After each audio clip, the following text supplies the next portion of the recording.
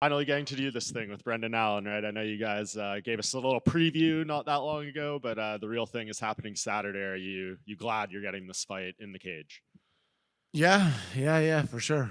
Finally, yeah, it's was a long time coming, and finally we'll So we're fighting Marvin Vettori this weekend, something of a rematch, I guess you could kind of say. For people who are unaware of the context, what exactly happened that time you and him had that altercation, everything around it? Which one? Oh, okay, there's been a few. The one that got physical in PFL, right? Yeah. You want the whole story or? Yeah. Yeah, basically I was there with my wife and some friends, teammates. Watch it. We were supporting teammates for PFL, and it was time to go. I was leaving. I had people the whole night telling me he's looking for me, and my same response was, "I'm not very hard to find. I'm pretty easy to find." And so on the way out, I was walking. I talked to some guy. I was like, "Yeah, Marvin's looking for you." I was like, "Okay, cool." Same response. I'm not hard to find. On the way out the door of the arena into the Hard Rock, I look over and my friend Tuco is getting swung on by Marvin. At first, he's like telling him, like, you could see him do this, like, calm down, chill. We're not doing that. Like, he told him, like, yeah, I'm with my wife tonight, and she's pregnant at the time. So I'm like,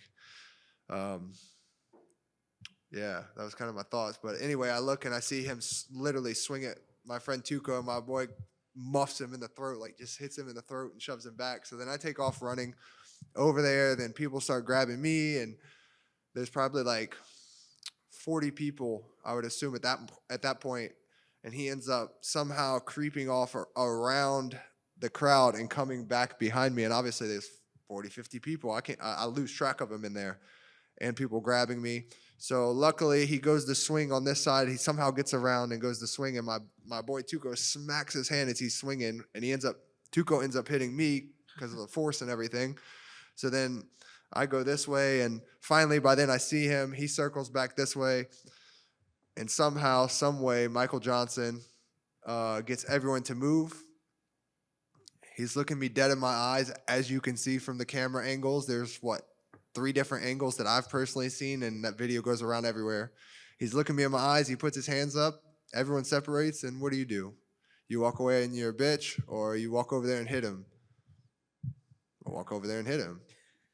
And yeah, I mean, he just kept moving a lot. He was moving fast, like getting back. He was like running away almost, like fading back, not running, but and then somehow his guy grabbed me from behind when I had like 30 teammates there. I still don't know how that happened, but yeah, that's it. He stayed talking, and cops came, and we'll settle in the octagon. He was in here a bit ago, and he kind of told us his side of the story that happened in the casino and everything. Can you share your recounting of that night? He's just I don't know. He lives in Florida, but I haven't seen him, and I never seen him because around that time I was gonna I was I said if I see him, it's on site, and I saw him coming out, and I still had my shoulder fucked up, but I just I just went at him, and then I landed a few, and then he wanted to get me back, but then there was there was a lot of people in between, and I thought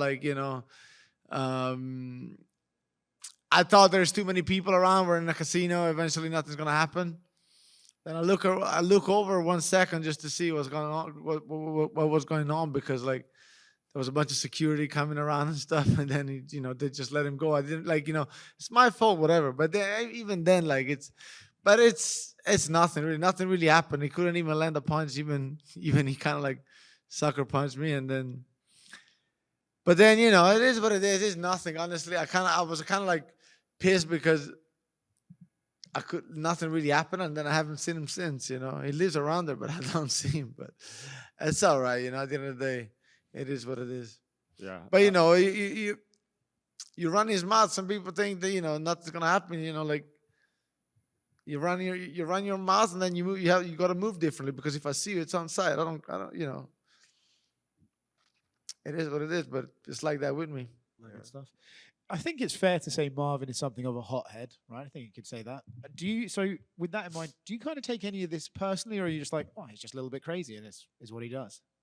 I mean, I always thought the guy was a little bit delusional. I mean, I know we all are delusional to some point, but I mean, when you have like the same reaction and same um, interactions with people over and over, and it's just always like kind of stupid, to be honest. Like, I don't know. It's like, grow up, man. Like, that's kind of how I feel. Like, I'm almost 30 years old. I got all those kids over there. Like, I'm not trying to act stupid. Like, and that's kind of like the whole point. It was like apparently it was he got mad at me saying one of his fights was shit, and it was like, man, it takes two to fight. You know, it takes two people to fight. So if I called your fight shit, like, it's both of you guys. It's not just one.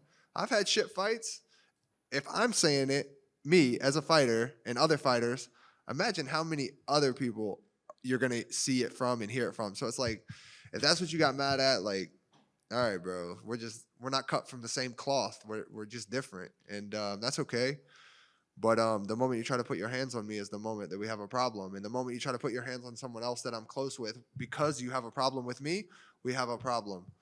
And that's just it, man. I don't hold any ill will towards the guy. I sent him a message when his brother died, and never heard anything back. So it's like, all right, whatever, bro. That's the kind of person I am. I mean what I say. Like, it's fuck me, okay, it's fuck you too. Like, and I mean it. Before and after, like, fuck you. If you come up to me and like, yo, I apologize, or like, hey, I was wrong for this, like, we can squash it because I can admit when I'm wrong. Like, you know, like, oh, I shouldn't have said your fight was shit. I was talking shit just like everyone else does on the internet, or maybe it was, like, whatever. But yeah, man, I just try to stay quiet now. I used to like to have fun on social media, but now it's like, I got kids. I don't want them to do that stupid shit, because even though like like fighters talk shit on social media, we can still fight. Like, we can still fight. Like, I don't want my kids to do that, and they can't fight, or they get into trouble or something stupid. Plus, like, I'm with my wife half the time when I go out. Like, I don't want problems. Like, I don't want to have to fight some dude because, oh, you said something on the internet. Like, come on, bro, get over it. Like, I'm not worried about it. So now I just try to stay in my own lane, mind my business. If you ask me a question, I'm going to answer it. I'll answer it as honest as I can. But yeah, I don't want any problems with nobody. I'm just trying to out here live my life, make some money for my family, and mind my business. I guess, where do you feel you are in your career with the win here, right? You've obviously experienced the highs of fighting for that title, a lot of great fights in the UFC, only 31 years old, I believe, still. So where do you feel this puts you in the division? Yeah, put me back in the win column and put me back in the mix, and you know, like, yeah, like, I still definitely believe I got a run in me, and you know, I got a lot to show still, and a lot to do, and you know, this fight is big. This fight means everything. It's like I said, it's now or never. You know, it's like, this is a turning point for sure. And again, I don't put any pressure on myself in a sense, because the worst thing that could have happened in my life already happened.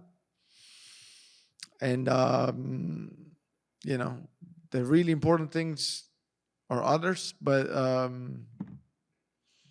this means a lot. This means everything. This is like, you know, I have to do it for.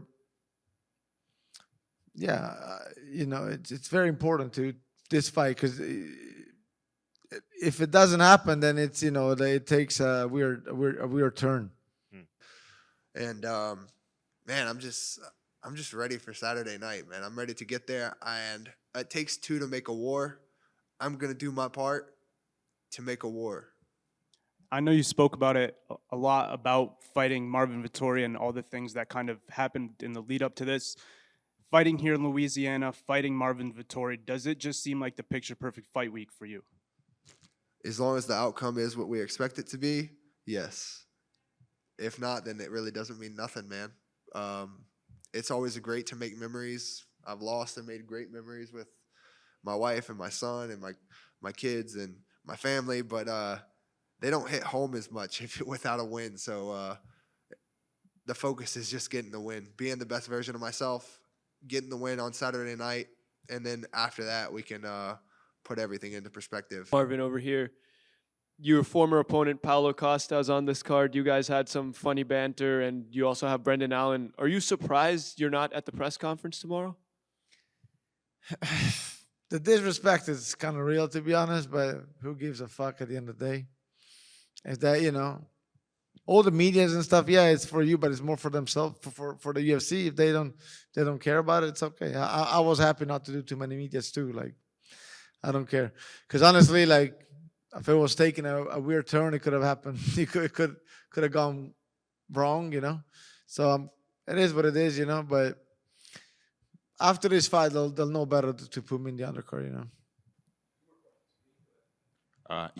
Earlier you mentioned about your placement on the card. Like, are you like disappointed that you wasn't on the main card? I mean, it's kind of weird, to be honest. Like, we're higher ranked than everyone but the main event. So, and I'm from here. Like, I live an hour. I live closer than everyone. So it's weird. But again, I'm just thankful to be on the card. That's all. I'm just thankful to be here and be able to put on a show for everyone and just have the experience.